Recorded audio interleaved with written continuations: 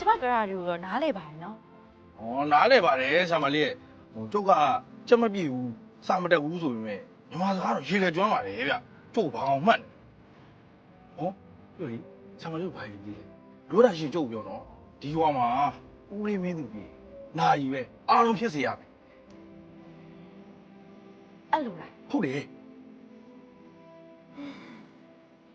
ကျန်တာအားလုံးကတော့ပြည့်စုံပါတယ်ဒါပေမဲ့လေတစ်ခုပဲ ။ဟမ်ဘာလို့ခု ထားလိုက်ပါ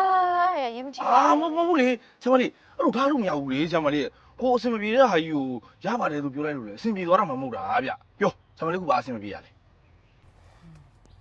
ဟိုစားရေးတောက်ရေးလေးရလေနည်းနည်းများအဆင်မပြေသလားလို့ပါ ။ဟမ်စားရေးတော့ကြီးဘာလဲ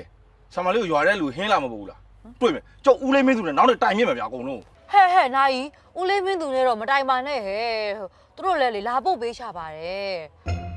အသားဟင်းလေးမပါတော့စားရတာလေးပဲတစ်မျိုးဖြစ်နေတာပါကျသားဟင်းလေးကိုလေတောချက်ကလေးချက်